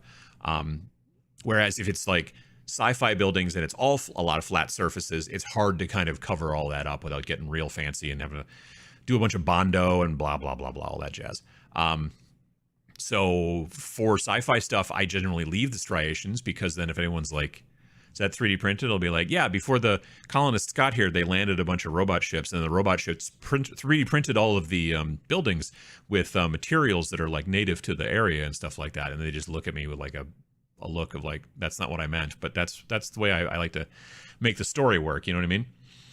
Because honestly, if you think about it, if you're going to like the concept of like, we're going to this planet and then we're going to land and now we have to build places to live, kind of doesn't make sense. You've probably already sent robots there, some sort of, whatever, to survey the area and make sure that there's no monsters and that the air is vaguely breathable or whatever. So why not just send a bunch of robots to build a bunch of buildings? And the easiest way to do that would be to probably 3D print them, and that kind of stuff. So it just makes sense. I do really like GW models, but their prices are certainly pushing me away from their products. I think that's happening to a lot of folks. Yeah, absolutely. In any case, I have enough of their stuff to keep me painting for years to come from the 90s. Sure. Hello from Pennsylvania, Northeast Pennsylvania. How you doing? Roof shingle can make good street. I would think, well, like normally the little rocks that are on the roof shingles are big, kind of bumpy, like in comparison when you get to scale, they would be like this big. You know what I mean? I don't know, maybe. What minis do you use for Last War? I promised my older boy we'd buy that rulebook this week.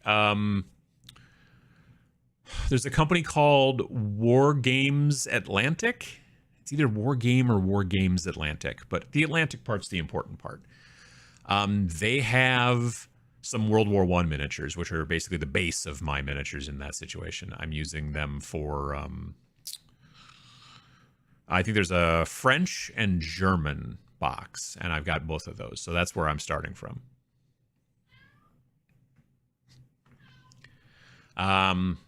Give me suggestions for neoprene terrain mats. They're fine. Yeah, I mean, my suggestion is don't photograph them much, specifically from low angles. Because for a while what I was doing is like, oh, I'll just put down a mat, and then I'll put down a bunch of these figures and I'll take a picture, and then you just see the texture of the like mat, the cloth texture of the mat just go off into the distance, especially when you're zoomed in close on miniatures and you're using a macro thing. So I don't use those mats anymore for photography. They're still fine to play on. They're very useful for playing on because they can roll up, they're easy to store, all that kind of jazz. But otherwise, no, I for photography, I don't like to use them anymore. But otherwise, yeah, I do use those mats. Gosh, there's a lot of places online. Just type in wargaming mats into Google and you'll find a bunch of places. I think the ones that I probably use the most of are probably Frontline Gaming. Probably.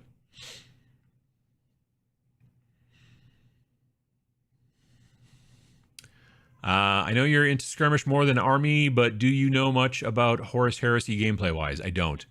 Last thing I knew is that Horus Heresy rule set was closer to 7th edition 40k, but I don't know about the new version, because the new version came out, last summer, right? Is that when it came out? I don't know if they've changed things a ton. I've never played Horus Heresy. I did play 7th back in the day a couple of times before I decided that I wasn't going to do that anymore. I always mix my GW stuff with some hand sculpted awesomeness from Zoltoy Dub Miniature Factory. Fantasy stuff. I've never heard of them. That's interesting. It's a fun name. Or a cool designed Artel W when talking about sci-fi. They tend to be a premium. Yeah, I've heard of Artel W. I think do I own anything from them? I think I might. There are not enough skeletons being made and painted. I mean, there's a lot of skeletons out there. Looking at making a kitty travel backpack for a space marine. Oh, with the little clear window in the back and stuff like that. I don't think our cats would dig those, frankly, but I have seen them before. They're fun. I'm distressed by the lack of mini schnauzers in miniature wargame YouTube. Like, people who have those or the actual models? Because I think that, well, I don't know if there's miniature schnauzers, but there's probably standard schnauzers in, what is the heck is that line called? Doggos and Dungeons or something like that. It's like different Dungeons and Dragons style figures, but they're all dogs. There's like a druid one, and there's like a barbarian one, and I don't know, whatever.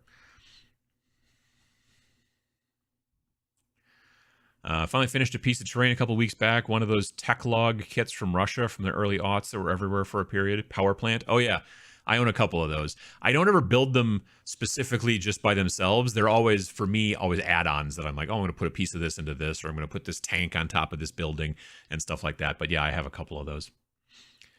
Was having a buddy mail me an army I lent him. It went missing, but was still delivered to a secure mailbox. Apparently time to resource a $800 army, I guess. Well, that's no fun.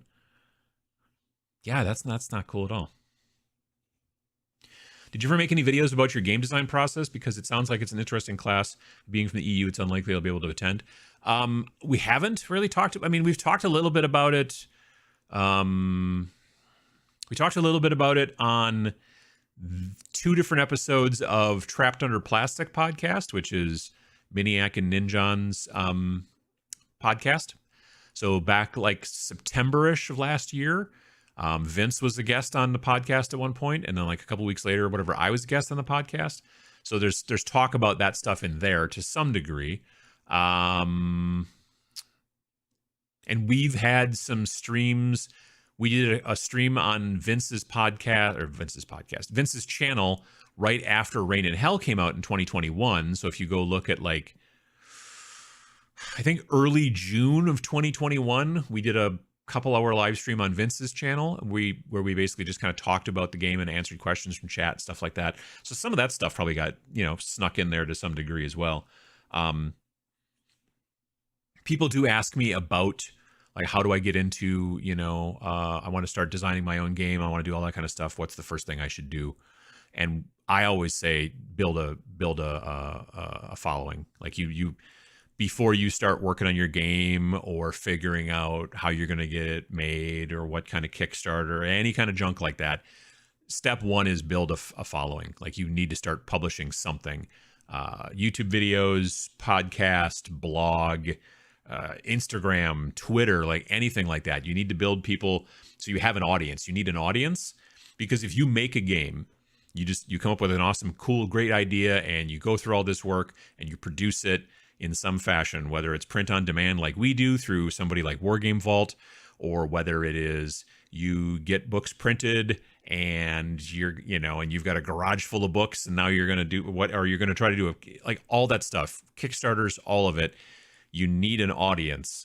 Otherwise, you're going to have to spend a incredible amount of money on marketing, like a ton. Because if you make a game, you come up with a game and it's an awesome idea and everybody who playtests it thinks it's amazing and you put it up onto Wargame Vault, you're one of, 10 people that day who posted a new thing on Wargame Vault. And it's very hard to get people to pay attention. You know what I mean? So you then have to start advertising and doing marketing and doing all that kind of stuff. What Vince and I have done is, we were already building an audience with our YouTube channels and going down that road. So when it was time for us to make our game, we had people to talk to and say, hey, you like the type of videos we do, maybe you like the type of game that we make. And that's kind of how it works. So you need to start there is by building some sort of content creation system to be able to build an audience. You need, again, like I said, maybe it's Twitter, maybe it's Instagram, maybe it's Facebook. I mean, there's all kinds of places that you can start building an audience, but that's kind of what you need to start on first, really, for sure. I wish you would show the pieces when you are talking about them in whatever condition they are in, photos of the pieces in progress to keep the scene changing every once in a while. You mean here on the live stream? I don't have the ability to do that, really. I would, yeah, like in normal, like regular, like Friday videos on YouTube, I have more of an ability to do that, but it also just, it extremely extends the amount of time it takes me to edit. So that's part of the reason why that's the case. But here in the live stream, I would have to collect a whole bunch of images, and then I'd have to put it into a thing, and it's a whole bunch of extra stuff that very frequently I kind of don't have. Like the amount of time that it would go through to take all the different pieces of terrain that I'm waiting to rattlecan and be able to show them here, like I would spend a couple hours just taking photos. And so, you know, hopefully like when they're done, I'll be able to put them out onto, you know, pick social media and stuff like that. I've actually probably got some posts that'll go up today, not of terrain, but of some miniatures that I painted. I took some photos over when did I take those photos? Friday night? Yeah, I took some photos Friday night after dinner, actually.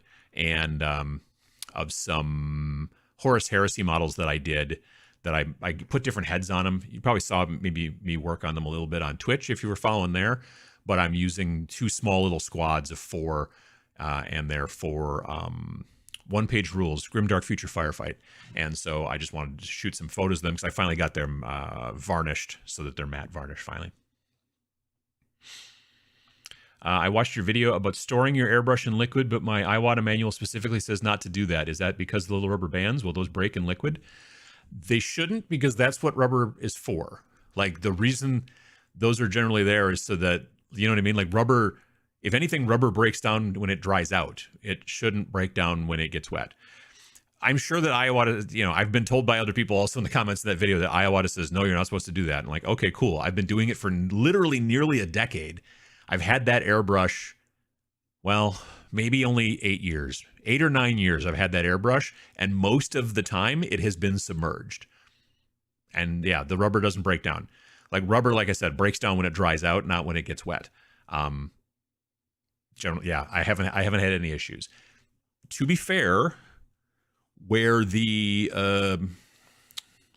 gravity cup attaches to the body of the airbrush, you can kind of see the brass a little bit. You know what I mean? Like right where that weld is, the chrome has kind of gone away a little bit. That's literally it. As far as I can tell, it's cosmetic. There's no rust. Like it's, yeah, no, it's never been a problem. I don't know. I don't know what to tell you. I mean, again, I guess for me, the benefit is that I've never had to clear a clog. Like I've never had a clogged brush. I've got friends who are like, I hate using my airbrush because every time I start to try to use it, I have to clean it for 20 minutes or a half hour or an hour before I can get it to work. I take mine out of the fluid, I put it together, I blow out the fluid, I put paint in it, I start painting. And then when I'm done, I kind of clean it a little bit by running stuff through it. I put it back into the water. It's ready to go. So yeah, I don't know. I'm sure that it says that, like, as I said, I don't know where my instructions are for my Iwata, but I had a bunch of people mention that in the comments for that. But I've been doing it for 10 years and I've not had that issue.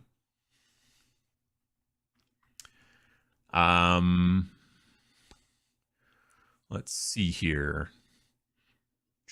One thing about podcasting and YouTubing is you may know your stuff, but are you a good conversationalist? For me, that is who I like listening to. Yeah, no, personality goes a long way completely. You could be very knowledgeable and a spectacular painter, but if people don't like to listen to you on the podcast or, you know, on the YouTube or whatever, like you could know all your stuff, but if you can't write a blog post to save your life, then it doesn't matter. You know what I mean? A little bit.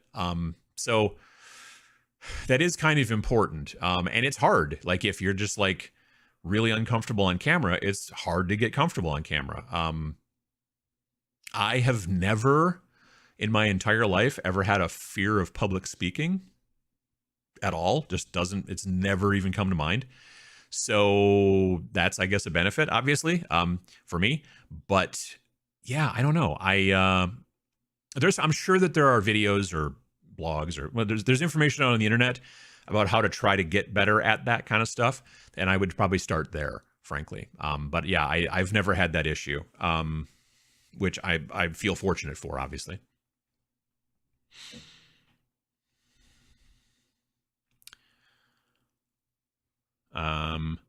Dripping with goo sounds like a pulled pork sandwich I got last week. I was thinking more of that guy from Ghostbusters 2. Why am I drippings with goo? I'm up early enough to catch another every other Sunday show. Hey, Malev, how you doing?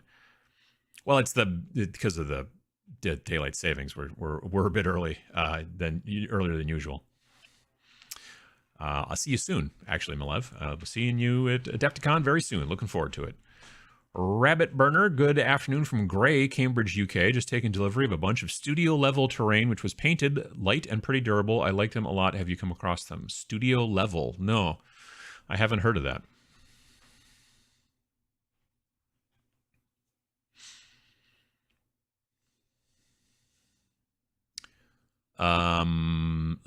Everything just kind of scrolled. Sorry. And 3M tread tape is excellent for streets. I can see that, sure. Doesn't Lee Gaddis have some WW1 stuff as well? I don't know about miniatures. Vehicles, yes. I've bought some tanks from him, World War I tanks. I don't know about World War I dudes, though, or soldiers or whatever, models, figures. But tanks, yes, I have purchased some. What would you recommend for mini photography backdrops? I mean, it depends on what you want to do. I generally, I don't know. Like, if you want a dark backdrop, there is a company called, I can't think of their name. I can picture the logo. Table War. Yeah, Table War. Table War makes backdrops for taking pictures of your minis. They are the same type of printed, like neoprene, like you would do with a gaming mat, but they're maybe only, I don't know, a couple, maybe 2 feet wide, maybe 18 inches, probably closer to 18 inches wide, and then longer. And then I think it's called macro mat. I believe it's called macro mat, like MACRO mat. So if you type in macro mat Table War into Google, you'll find them, I think, as long as they still make it. But they're like setups for that kind of thing, for being able to take pictures of your miniatures. And they have like, I think it comes in like a 3-pack. There's like a white to blue fade, if that's what you're into, or there's more like a dark color that's kind of like modeled. Like, when you get your pictures taken in school back in the day, they'd have that backdrop that would be like all weirdly spotty and stuff like that, but it worked well when you took a picture with it. It's the same type of deal. I think the one that I've got came with, I think, 3 different mats, but I could be wrong. But you can also totally DIY that easily. These days, I generally don't just take it on a regular backdrop. I like to set up a little scene and all that kind of stuff and everything. But if you're just like, I want to show off my painting specifically, like pro display painters are usually kind of picking like a dark color background or maybe a light color background, whichever they prefer, and they go from there.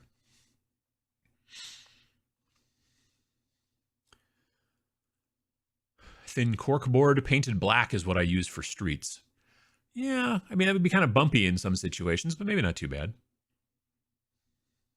Sounds like someone's getting vocal in the background. Is it Fleecy Parade? No, that was Carlson. I think the bathroom door was closed, and he was concerned about that. He had a heckin' concern. Has to be at least 6 More Games Atlantic boxes I am pining for. Yeah, no, they've got some really good stuff. We just bought the War Games Atlantic skeleton set. They look really good, but I'm not all the way through the army. Bought an Age of Sigmar starter for 75% off. I want to try my hand at those. Nice.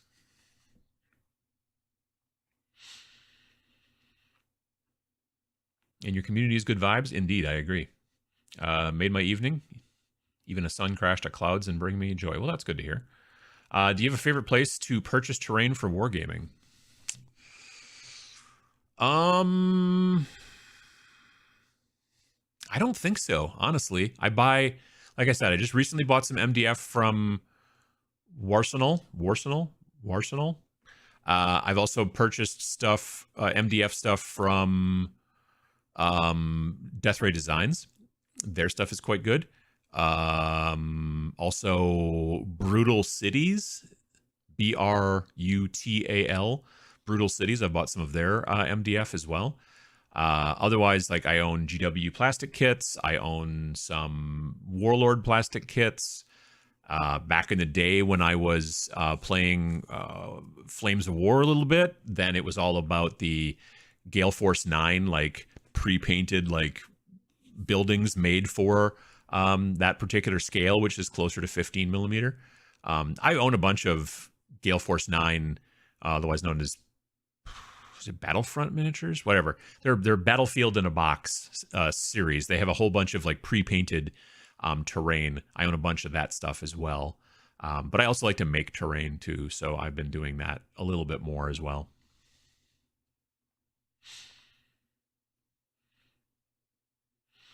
Is Kill Sample Process PDF only, or are they selling hardcover? So they will be selling hardcover. You can get it currently as a PDF. The hardcover, I actually just got an email recently. They should be shipping, because there was a Kickstarter, which I supported in that situation. I didn't support a ton of Kickstarters last year, which is good, but I did support that one. And I got the hardcover should be coming in the next couple of weeks. So you'll be able to get it from Exalted Funeral. If you look them up, it's spelled how it sounds, exaltedfuneral.com. And they should be sold through there, I believe, if you want to get the hardcover. Now, they're like a pretty small book and it's a hardcover, but they're still like $40. Like they're not, or something like that, plus shipping. They're not particularly cheap. So, and I got to be honest, like I own the hardcover for original Forbidden Psalm, Last War, and I'll soon own the hardcover for Kill Sample Process. But in most situations, I just use the PDF. But it's, depends on what you want to do. But it will be soon, yes. Yeah, they just haven't, because they're just now fulfilling the Kickstarter stuff for the printed versions. Schnauzers can be found in the British Conflict 47. Interesting. I know of a whole company who makes miniature Schnauzer dog models. Oh, does Blackside Studios do that? I did not know that.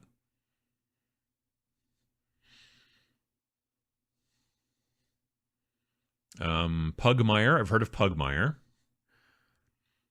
Needed horses. Saw the Wargames Atlantic ones. Thought, nice. And $25 or 25 euros is cheap for 6 horses, but there were 18 in it. I'm still brainwashed for GW. Yeah, that's the thing. Like, especially with like a lot of the kits that Wargame Atlantic does, you'll be like, okay, there's 30 models in here. So there's enough bodies in here to make 30 models, or maybe 24, or however many, depends on, the kit. And I'm trying to remember which one it is. I think it was one that was like, oh, okay, this kit has 30 models in it, but it had like 120 heads. Like, so you had all these different options, but once you were done with those models, you still have a whole bunch of heads left over that you can put on other folks later on. And it's just, it's good value, I think. Weirdly, I feel compelled to paint something olive drab again. Nice. Animal Adventures, Dungeons and Doggies. Is that what it's called? I couldn't remember if it was Dungeons and Doggies or Dungeons and Doggos or Doggos and Dungeons or something like that. But yeah, I know there's plastic models out there that are basically adventuring canines. Building a following has been very useful for my game. Oh yeah.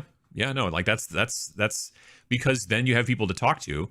It's very difficult to get people to look at your thing, whatever type of game or product or whatever it is, without marketing and advertising, which is expensive. But if you've spent the time, to build an audience, then you can talk to those folks. And in general, if they like the things that you put out and follow you that way, they'll probably like the game that you might make as well, or the shirts that you produce, or whatever, If you think it's funny, they think it's funny probably, or not, But the people who like don't watch your stuff because they're like, I can't watch that guy, he's cringe, or I don't like their attitude, or I don't like whatever the deal is, then they're not necessarily your audience for that. I mean, I guess once in a while you might have someone who's like, I can't stand watching this person's videos, but I really love their game, or I love their paint line, or whatever. It's possible, but generally yeah.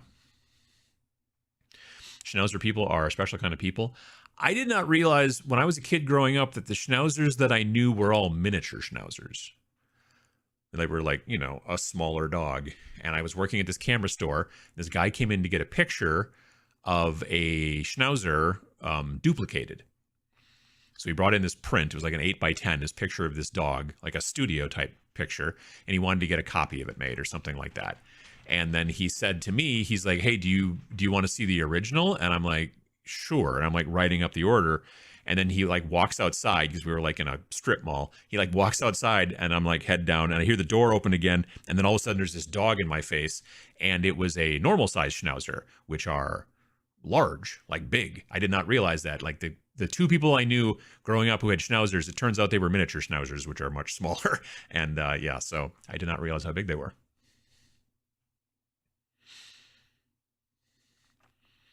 Columbus, Ohio. How you doing? Greetings from the Mitten. How you doing? My mom had a huge Schnauzer last year. She got a nose job, and it's much more gooder now. Haha, I get you.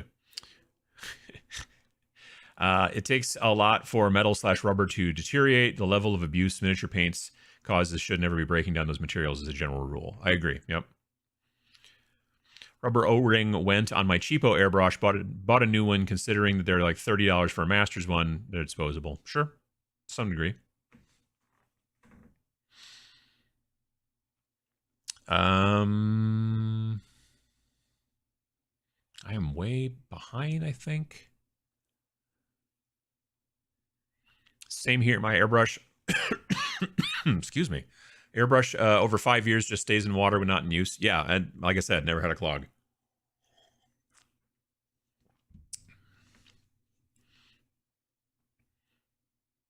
Miss our Boston Terrier. He was a butt sometimes, but he was our butt. He once broke a pot of GW Abaddon Black. Broke a pot. How do you break? Wow, because of plastic. I wouldn't think you'd be able to break it. Wow. He was a good doggy. Dogs are good. Adepticon hype, indeed. I used to have a fear of public speaking, but teaching ESL in Seoul to kindergarten kids burned that away quick. Sure, I can see that. Hot take, Vigo the Carpathian did nothing wrong. That is a hot take.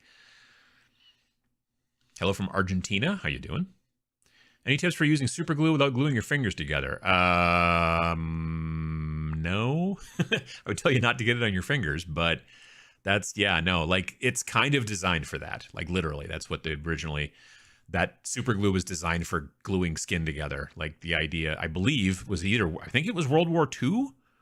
Something like that. Like, yeah, it was originally kind of designed for closing wounds.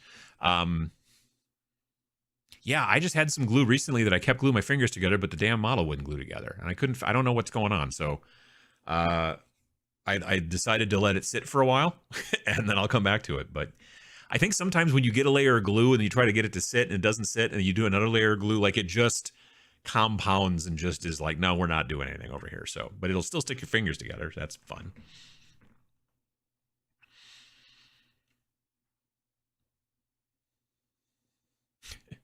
Have you seen, and I'm pronouncing it wrong, I know. I can't speak like Spanish.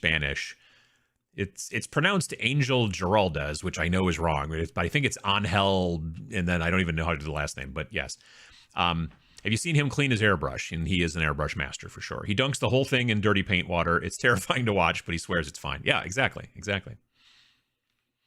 Like when I first learned about airbrushing miniatures, the friend who was teaching me about it, he kept not all the parts, but like all the parts that get paint on them, for the body and the nozzle bits, that just all sit in a jar of water.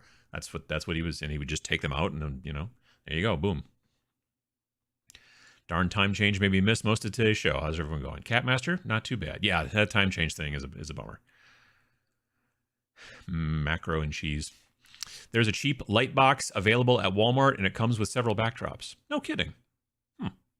I mean, you're starting to see that more on Amazon too. Yeah, they make these, you're right. They do make these like fold up like white kind of plastic light boxes that maybe come with a couple of things, and they'll have like an LED strip in there and all that kind of stuff. And it's designed for like, oh, I'm selling things on eBay or whatever, and I want to take a nice picture of it and not see the rest of my house or whatever like that. You can see inexpensive ones of those.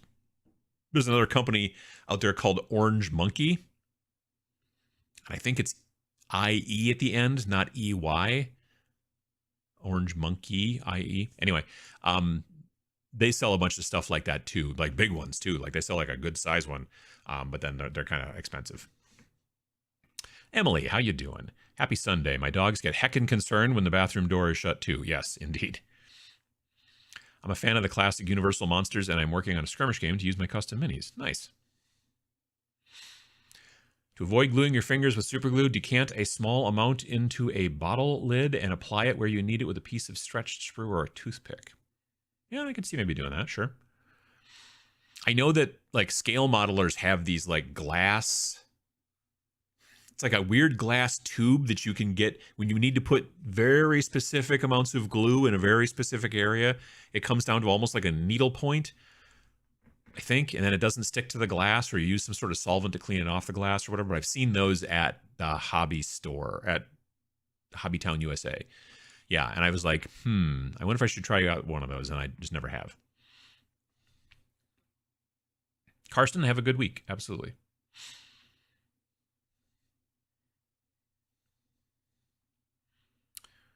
Or just use super glue that comes with an application brush. I've never seen a super glue that comes with an application brush. Plastic cement, yes. And if you're into plastic cement, then that's cool. I mean, I use plastic cement on plastic terrain kits all the time. It works out quite well. I don't like to use it on my miniatures too frequently. The other thing is if you're painting anything that's not or if you're working on something that's not plastic, then plastic cement doesn't work. Plastic cement doesn't work on metal, or I don't think it works on resin. It certainly doesn't work on metal.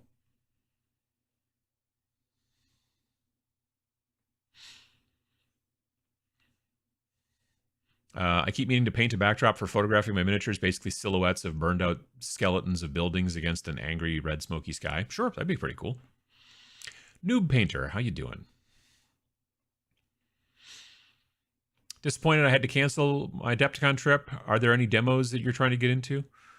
No, not so far. Yeah, no, not for Adepticon. I'm so glad you mentioned Exalted Funeral. I have a bunch of stuff from them in the last couple of years. Some of their stuff is exclusive. Yes, yes. Saw an interesting video last night.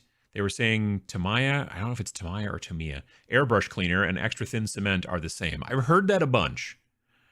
They based this on the MSDS. I haven't vetted it yet, but I'm intrigued. I've heard that before. I haven't tried it, but yeah, I've heard that the airbrush cleaner is basically plastic cement or vice versa, which is weird.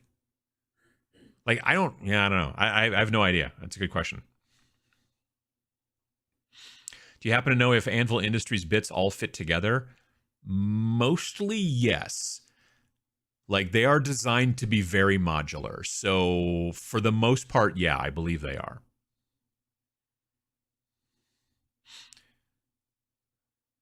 I imagine a following is great for getting playtesting input.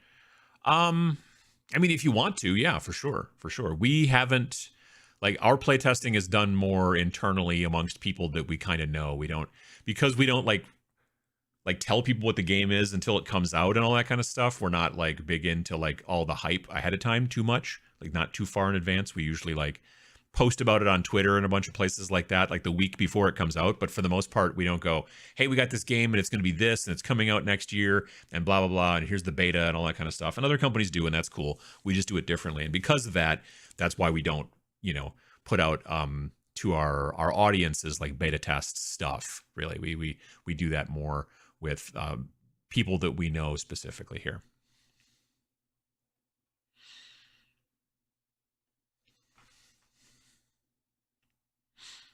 Cat in lap, need more coffee. Well, that is problem. Angel Heraldez, is that how it's pronounced more, noob? Yeah, I know it's Angel. I know that because I've always looked at it and just been like, oh, angel, but that's not how it's pronounced specifically in. And I think there's also differences between Spanish from Spain and Spanish from, say, like, you know, Latin America or whatever. But yeah, I talked to a woman who worked for Vallejo. I don't know if she still does or not, but she was like a marketing person, and she was like from Spain, and she would use his name. And the first couple of times she said it, I didn't even know what she was talking about. And she had a pretty thick accent, but she was, I mean, her Spanish was way better than, or her English was way better than my Spanish. But yeah, no, it is an interesting kind of difference between the same language to some degree. I've talked to him, to Angel, at Adepticon in the past. He's a very nice guy.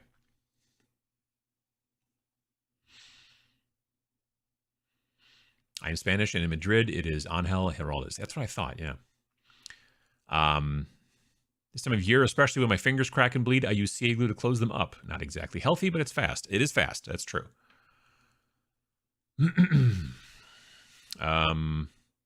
Glue looper.